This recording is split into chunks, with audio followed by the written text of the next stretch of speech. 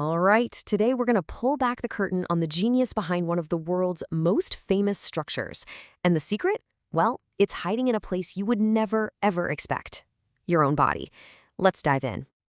We all know the Eiffel Tower. I mean, it's the symbol of Paris, a total landmark of the industrial age. But what you might not know is that its familiar shape is hiding an absolutely incredible story of, well, biological inspiration. Just think about it for a second. This is a colossal tower of iron, right? It's over 1,000 feet tall, and it was built to handle wind, weather, you name it. And yet, it has this delicate, almost lace-like look to it. So how can it possibly be so incredibly strong and so elegant at the same time? So yeah, how did Gustave Eiffel pull this off way back in the 1880s?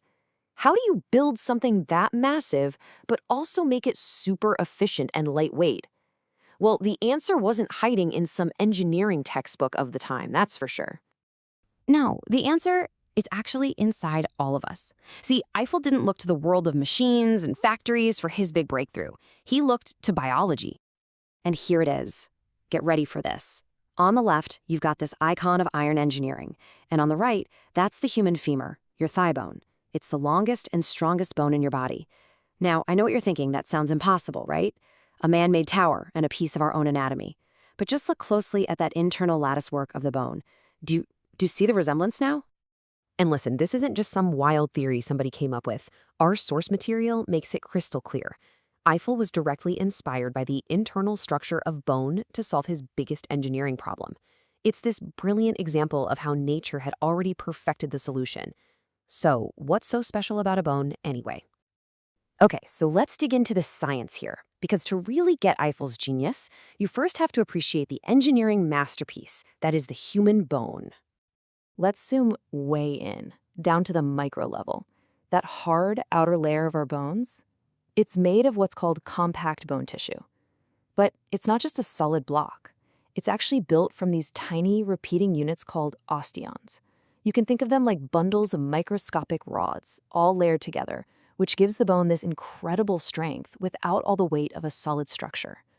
But that's not even the whole story. On the inside, bones have this spongy, web-like structure, a trabecular system, that's perfectly arranged to spread out weight and stress. And the outside surface isn't smooth either. It's covered in all these grooves and ridges where muscles and tendons attach. It's just a perfectly optimized, multifunctional material. Okay, so here's the crucial part. How do you get from this biological blueprint to a 1,000-foot tower made of iron? This is where Eiffel's genius for what we call biomimicry really shines.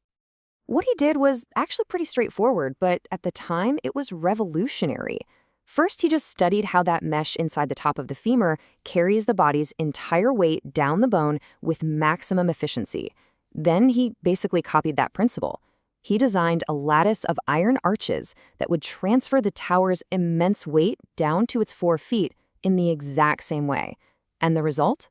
A structure with just phenomenal strength for its weight.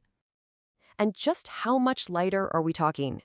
Well, this design, which he took directly from nature, made the Eiffel Tower 3 times lighter than if he'd built it as a solid iron structure of the same size. 3 times. That is a staggering leap in efficiency. And it's all thanks to looking at a bone. And you know, this powerful idea wasn't just some one-off thing for a cool tower in Paris. The whole principle of learning from the strength of our own skeletons has had this lasting impact on how we build our world. In fact, our sources point out that the very same principles of bone structure, a strong outer tube with an efficient support system on the inside, have been used to design super complex modern buildings, like skyscrapers. The legacy of the femur is literally written in our city skylines. And all of this, it kind of points to a much bigger, more profound idea. When we're looking for solutions to our biggest challenges, maybe the best place to start isn't always in a lab, but in the world all around us. I mean, after billions of years of evolution, nature has already solved countless problems of design, of material science, of efficiency. The Eiffel Tower is this incredible monument to what we can create when we just pay attention. So it really makes you wonder, right? How many other revolutionary secrets are hiding out there in plain sight, just waiting for us to notice?